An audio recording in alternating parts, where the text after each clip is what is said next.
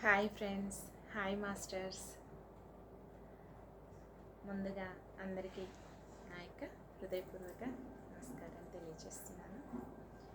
So స్వాధ్యాయం book రీడింగ్లో భాగంగా సాయి సచ్చరిత్ర నుంచి వారి యొక్క జ్ఞానాన్ని తీసుకుంటున్నాం కదా. సో మరి ఈరోజు సెక్షన్కి సాయి యొక్క జ్ఞానాన్ని తీసుకోవడానికి అందరూ సిద్ధంగా ఉన్నారా? మనం ధ్యానంలో ఉంటూ జ్ఞానాన్ని తీసుకుందాం. ఓకే, ధ్యాన స్థితిలో ఉంటూ ఈ జ్ఞానాన్ని పరిపూర్ణంగా ఆస్వాదించుకుందాం. ఓకే, మరి మనకి ఇంతటి చక్కటి అవకాశాన్ని కల్పించి మనకి సహకరిస్తున్న అందరికీ అన్నింటికి హృదయపూర్వకంగా కృతజ్ఞతలు తెలియజేస్తున్నాను. Thank you universe, love you universe, thank you to all, love you to all. Okay, చక్కగా అందరూ ఒక 30 నిమిషాలు మన కోసం మనం కేటాయించుకుందాం. ప్రశాంతంగా కళ్ళు మూసుకొని ధ్యాన స్థితిలో ఉంటూ ఈ జ్ఞానాన్ని స్వీకరించండి. ఓకే, మరి అందరూ వెన్నపూసని టారుగా పెట్టి కూర్చోండి. వేళ్ళల్లోకి వేళ్ళు పెట్టుకోండి. మీ 2 కళ్ళను కూడా క్లోజ్ చేసుకోండి.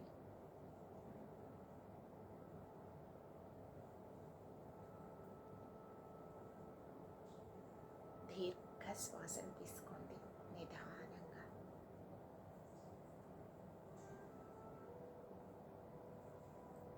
నెమ్మదిగా శ్వాసను బయటికి వదిలివేయండి. మరొక్కసారి దీర్ఘ శ్వాసను తీసుకోండి.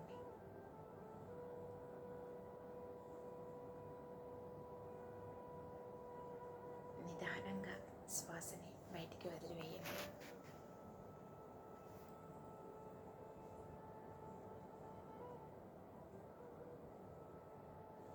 మరొక్కసారి దీర్ఘ శ్వాసను తీసుకోండి.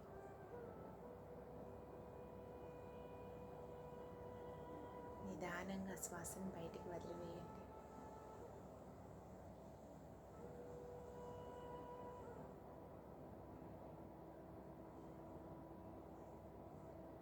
సహజంగా జరిగే శ్వాసని గమనిస్తూ శ్వాసతో అనుసంధానమవుతూ ఎరుకతో ఉంటూ మీ అంతరంగంలోనికి ప్రయాణించండి.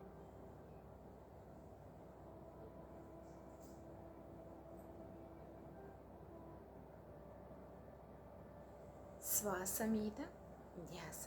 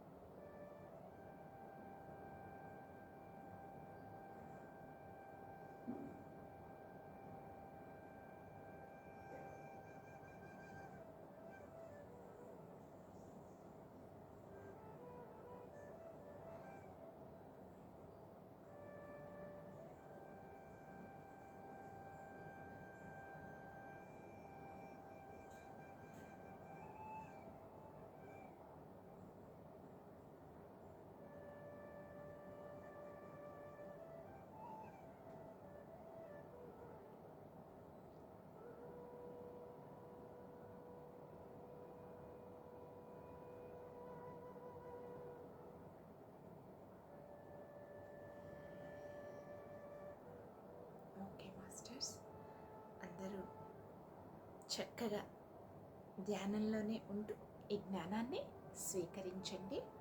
ఎట్టి పరిస్థితుల్లోనూ ఎవరు కళ్ళు తెరవకండి చివరి వరకు. ఓం శ్రీ సాయినాథాయ నమః. శ్రీ సాయి సచ్చరిత్రము 24వ అధ్యాయము. శనగల కథ. నీతి. సుధాముని కథ. అన్నా చింతనీకర్ మావీసీబాయి, బాబా నైజము, భక్త పారాయణత్వం. ఈ అధ్యాయములో కానీ వచ్చే అధ్యాయములో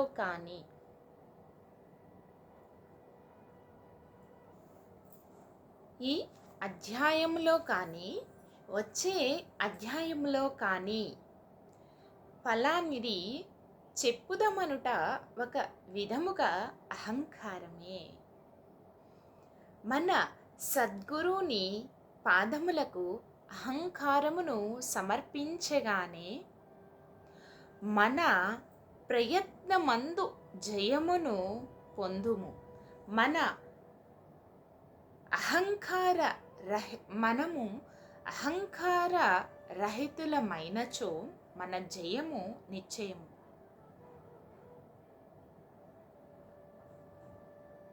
ఓకే, మనము అహంకార రహితులమైనచో మన జయము నిశ్చయము.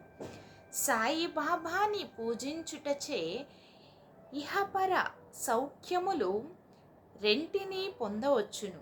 మన మూల ప్రకృతి యందు పాతుకొని శాంతి సౌఖ్యములను పొందెదము. కాబట్టి ఎవరైతే తమ క్షేమమును కోరెదరో వారు గౌరవ ఆధారములతో సాయిబాబా లీలలను వినవలెను, మననము చెయ్యవలయును. దీనిని నెరవేర్చినచో వారు సులభముగా జీవిత పరమావాదిని పొందెదరు, తుదకు మోక్షానందమును పొందెదరు. సాధారణముగా నందరూ హాస్యము, చమత్కార భాషణమును ఇష్టపడెదరు, కానీ తాము హాస్యాస్పదులగుట ఇష్టపడరు. కానీ బాబా చమత్కార మార్గము వేరు. అది అభినయముతో కూడినప్పుడు చాలా సంతోషదాయకముగా నీతిదాయకముగా నుండేడిది. కావున ప్రజలు తాము ఎక్కిరింత పాలైనప్పటికీ అంతగా బాధపడేవారు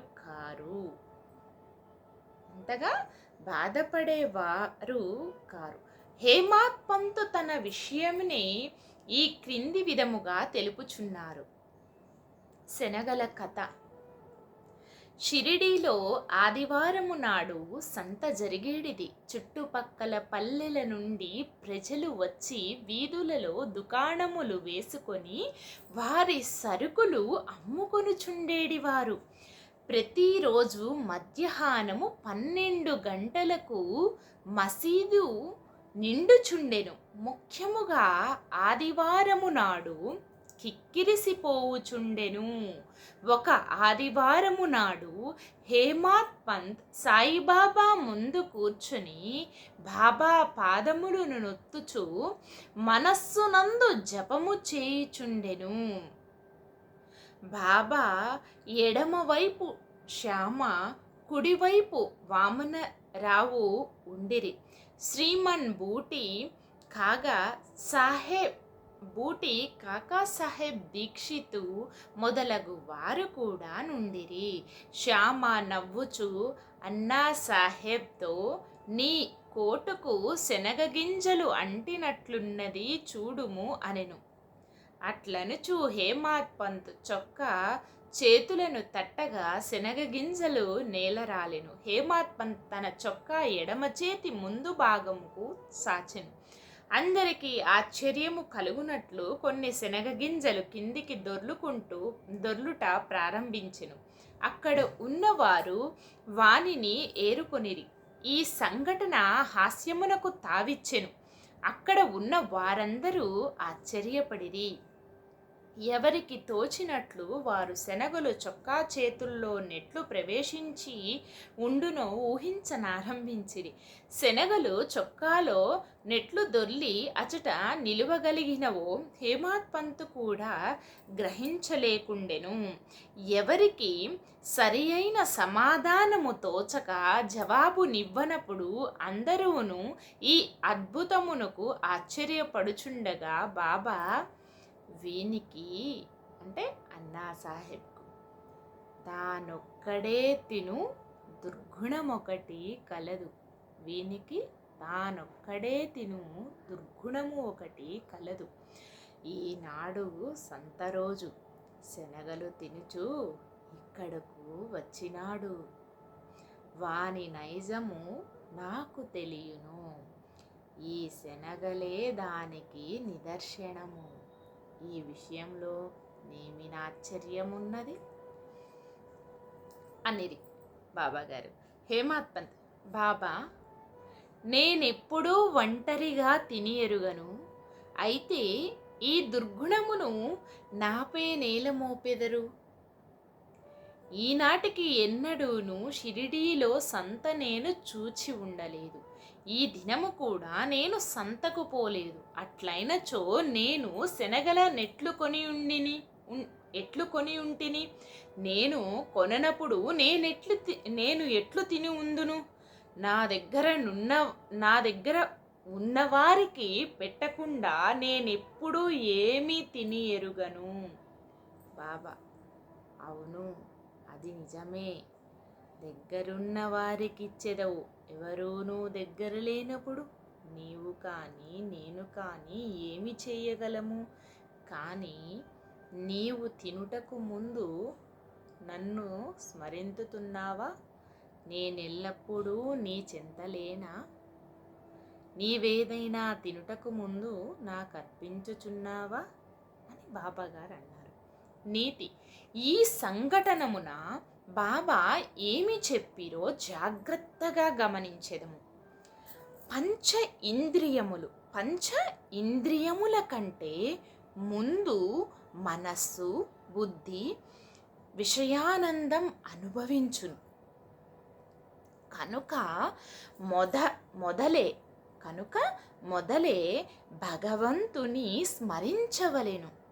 ఇట్లు చేసినచో ఇది కూడా ఒక విధముగా భగవంతుని కర్పితమగును. విషయములను విడిచి పంచ ఇంద్రియములు ఉండలేవు. కనుక ఈ విషయములను మొదట గురువుని కర్పించినచో వాని యందు అభిమానము సహజము అదృశ్యమైపోవును. ఈ విధముగా కామము, క్రోధము, లోభము మొదలగు వాని గూర్చిన వృత్తులన్నింటినీ అంటే మన ఆలోచనలన్నిటినీ కూడా మొట్టమొదట గురువునికి అర్పించవలెను. ఈ అభ్యాసము నాచరించినచో దేవుడు వృత్తులన్నీయు నిర్మల మగుటకు సహాయపడును. విషయములను అనుభవించు ముందు బాబా మన చెంతనే ఉన్నట్లు భావించినచో ఆ వస్తువును అనుభవించవచ్చునా లేదా అను ప్రశ్న ఏర్పడును. ఏది అనుభవించుటకు తగదో దానిని విడిచిపెట్టెదము. ఈ విధముగా మన దుర్గుణములు అన్నీయు నిష్క్రమించును. మన శీలము చక్కబడును. గురువునందు ప్రేమ వృద్ధి పొందును. శుద్ధ జ్ఞానము మొలకెత్తును. ఈ జ్ఞానము వృద్ధి పొందునప్పుడు దేహబుద్ధి నశించి బుద్ధి చైతన్య ఘనమున లీనమగును. అప్పుడే మన కానందము సంతృప్తి కలుగును. గురువునకు దేవునకు ఎవరు భేదము నించెదరో వారు దైవమును ఎచుటను చూడలేరు. భేదములన్నింటినీ ప్రక్కకు తోసి గురువుని దేవుణ్ణి ఒకటిగా భావించవలెను. ఈ ప్రకారముగా గురువుని సేవించినచో భగవంతుడు నిశ్చయముగా ప్రీతి చెందును. మన మనస్సులను స్వచ్ఛము చేసి ఆత్మ సాక్షాత్కారము ప్రసాదించును. క్లుప్తముగా చెప్పనదేమనా, మనము గురువుని స్మరించనిదే ఏ వస్తువును పంచ ఇంద్రియములతో అనుభవించరాదు. మనస్సును ఈ విధముగా శిక్షించినచో మనమెల్లప్పుడూ బాబాను జ్ఞప్తి యందు ఉంచుకొనెదము. మనకు బాబా ధ్యానం ఎన్నో రెట్లు వృద్ధి పొందును. బాబా సగుణ స్వరూపము మన కండ్ల ఎదుట నిలుచును. అప్పుడు భక్తి, వైరాగ్యము, మోక్షము మన వశమగును. మన మనస్సునందు బాబాను ఎప్పుడైతే నిలపగలమో అప్పుడు మనము ఆకలిని, పిపాసను, సంసారమును మరిచెదము. ప్రపంచ సుఖములందు గల అభిలాష నశించి మన వస్తువులు శాంతిని, ఆనందమును పొందును. సుధాముని కథ. పై కథ చెప్పుచున్నప్పుడే హేమాత్ పంత్కు సుధాముని కథ జ్ఞప్తికి వచ్చెను. అందులో కూడా ఇదే నీతి ఉన్నది కనుక దానినిక్కడ చెప్పుచున్నాము. శ్రీకృష్ణుడు, అతని అన్న బలరాముడు, మరి ఒక సహపాఠి సుధాముడను వాడును గురువగు సాందీపుని ఆశ్రమములో నివసించుచుంటిరి. శ్రీకృష్ణ బలరాములను అడవికి పోయి కట్టెలు తీసుకొని రమ్మని గురువు పంపెను. సాందీపుని భార్య సుధాముని కూడా అదే పని మీద ముగ్గురి కొరకు శనగలిచ్చి పంపెను. కృష్ణుడు సుధాముని అడవిలో కలిసి, దాదా, నీళ్లు కావలెను, నాకు దాహము వేయుచున్నది అనెను. సుధాముడు ఉత్త కడుపుతో నీరు త్రాగకూడదు కనుక కొంత తడవాగుట మంచిదనెను. కానీ తన వద్ద శనగలున్నవి, కొంచెము తినమని అనలేదు. శ్రీకృష్ణుడు అలసి ఉండుటచే సుధాముని తొడపై తల ఉంచి గుర్రు పెట్టుచు నిద్రపోయెను. ఇది కనిపెట్టి సుధాముడు తన జోబులోని శనగలు తీసి తినుట ఆరంభించెను.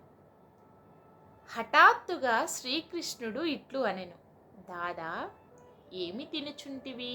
ఎక్కడ నుంచి శబ్దము వచ్చుచున్నది? సుధాముడు ఇట్లను, తినుటకు ఏమున్నది? నేను చలికి వణుకుచున్నాను. నా పండ్లు కటకటమనుచున్నవి. విష్ణు సహస్రనామమును కూడా సరిగ్గా ఉచ్చరించలేకున్నాను. ఇది విని సర్వజ్ఞుడగు శ్రీకృష్ణుడు ఇట్లు అనెను, నేనొక స్వప్నమును కంటిని. అందులో ఒకడు ఇంకొకరి వస్తువులను తినుచుండెను. ఏమి తినుచుంటివని అడుగగా, ఏమున్నది తినుటకు అనెను. అనగా తినుటకు ఏమియో లేదని భావము. రెండవ వాడు తదాస్తు అనెను. దాదా, ఇది ఒక స్వప్నము. నాకివ్వకుండా నీవేమియో తినవని నాకు తెలియను. స్వప్న ప్రభావముచే నీవేమి తినుచుంటివని అడిగి తిని. శ్రీకృష్ణుడు సర్వజ్ఞుడని కానీ అతని లీలలు కానీ తెలిసియున్నచో సుధాముడు ఇట్లు చేసి ఉండడు. కాబట్టి అతను చేసిన దానిని తానే అనుభవించవలసి వచ్చెను. శ్రీకృష్ణుడు ప్రియ స్నేహితుడైనప్పటికీ అతని ఉత్తర ఉత్తర కాలమంతయు గర్భ దరిద్రముచ్చే బాధపడవలసి వచ్చెను. కొన్నాళ్లకు భార్య కష్టము చేసి సంపాదించి ఇచ్చి పంపిన పిడికెడు అటుకులను సమర్పించగానే శ్రీకృష్ణుడు సంతసించి ఒక బంగారు పట్టణమును అనుభవించుటకు ఇచ్చెను. ఎవరికైతే దగ్గరున్న దగ్గరున్న వారికి ఇయ్యకుండా తిను అలవాటు ఉండునో వారు దీనిని జ్ఞప్తి యందు ఉంచుకునవలెను. శృతి కూడా దీనిని నొక్కి చెప్పుచున్నది. మొదట భగవంతుని కర్పించి ఆ భుక్త శేషమునే మనము అనుభవించవలెను. బాబా కూడా దీనినే హాస్యరూపముగా యుక్తితో బోధించింది. చాలా చక్కగా ఉంది కదా కథ. అన్నా చింతనీకర్, మావిషీబాయి, హేమాత్ పంత్ ఇచుట ఇంకొక హాస్య సంఘటనమును అందులో బాబా చేసిన మధ్యవర్తిత్వమును వర్ణించెను. దామోదర్ ఘనశ్యామ్ బాప్రే ఉరఫ్ అన్నా చింతనీకర్ అను భక్తుడు ఒకడు కలడు.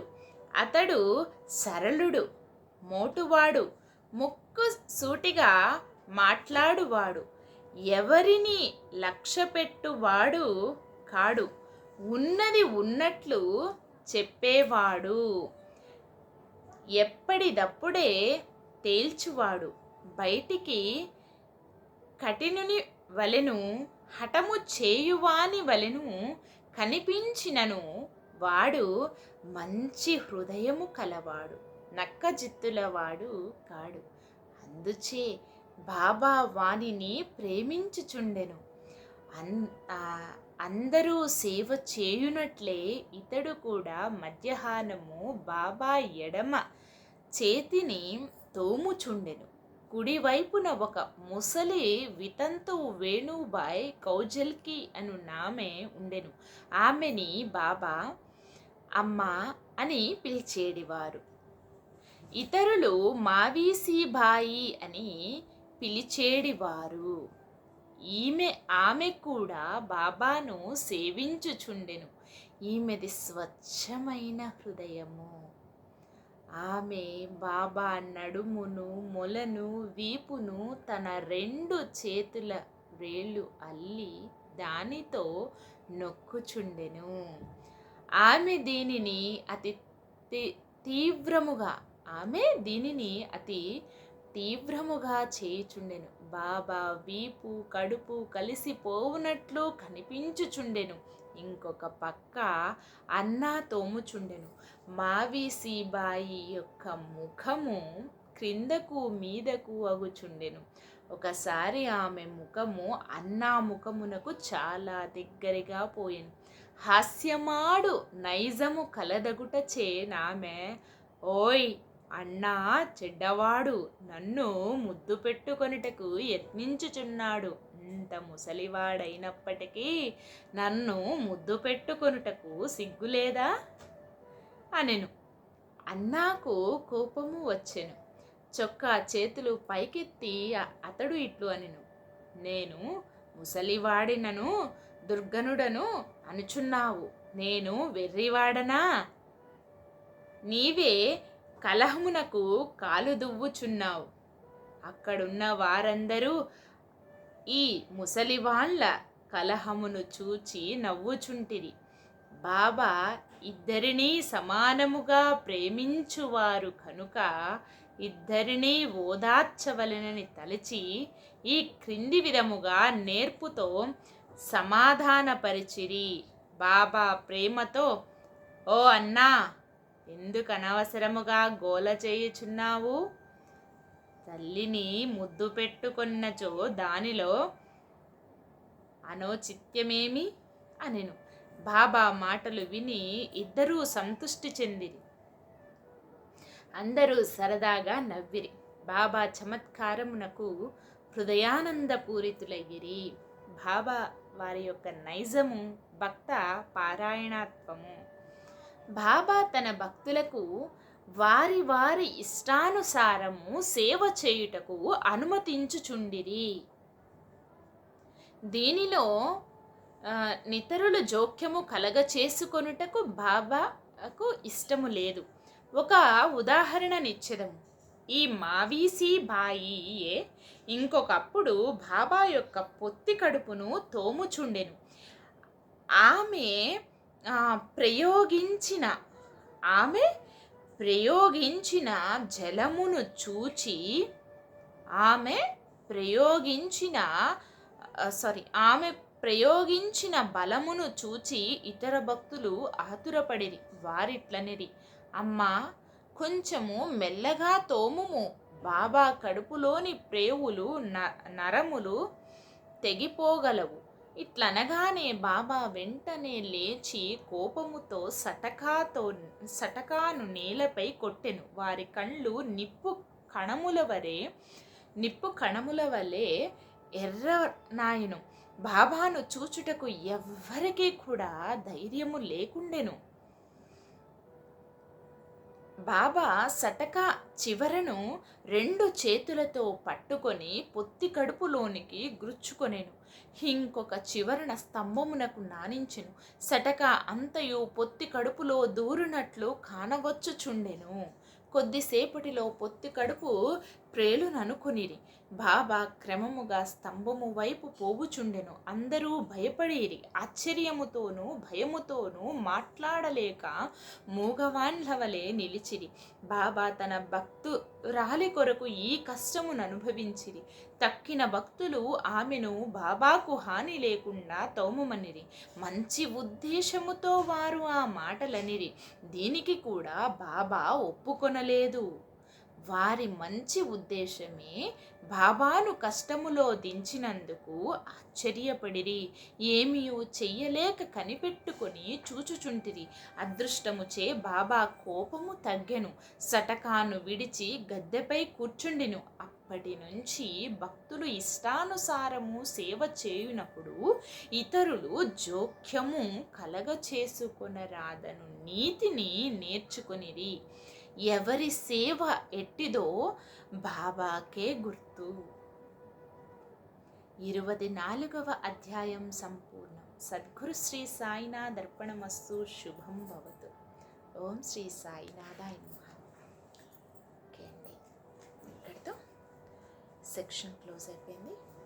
మరి మనం క్లోజ్ చేసుకునే ముందు చక్కగా ఇప్పటి వరకు తెలుసుకున్న జ్ఞానాన్నంతా, వారి యొక్క లీలలంతా కూడా మనలో నింపుకోవడం కోసం మరొక నిమిషం ధ్యానాన్ని కంటిన్యూ చేయండి.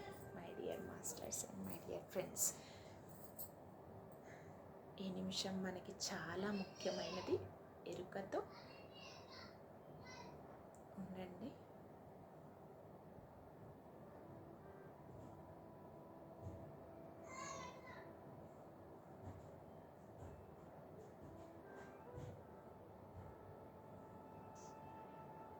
మంచి ఎనర్జీస్ వస్తున్నాయి.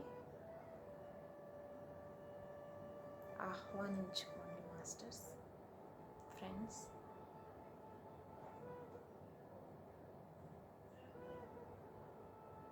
వెల్కమ్ చెప్పుకోండి. ఆ ఎనర్జీస్ని స్వీకరించండి సంపూర్ణంగా.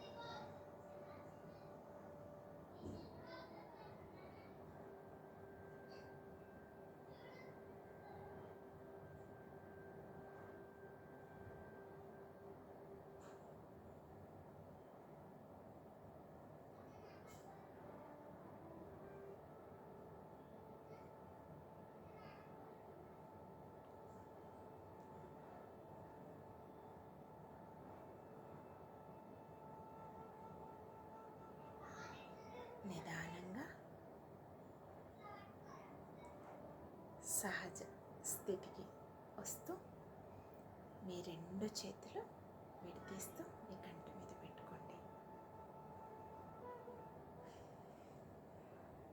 ధ్యానంలో నుంచి బయటికి రాలేకుండా ఉన్నవాళ్ళు కంటిన్యూ చేసుకోండి. 5, 4, 3, 2, 1, 0. మీ రెండు చేతుల్లో మీ కంటికి ఎదురుగా పెట్టుకొని నిదానంగా కళ్ళను ఓపెన్ చేయండి. Okay my dear masters and my dear friends, ఇప్పటి వరకు సహకరించిన అందరికీ అన్నింటికీ నా యొక్క హృదయపూర్వక కృతజ్ఞతలు. Thank you to all, love you to all, thank you universe, love you universe. మరి మరొక సెక్షన్లో కలుసుకుందాం. ఎలా అనిపిస్తోంది మీకు? కంపల్సరీగా షేర్ చేసుకోండి. Thank you.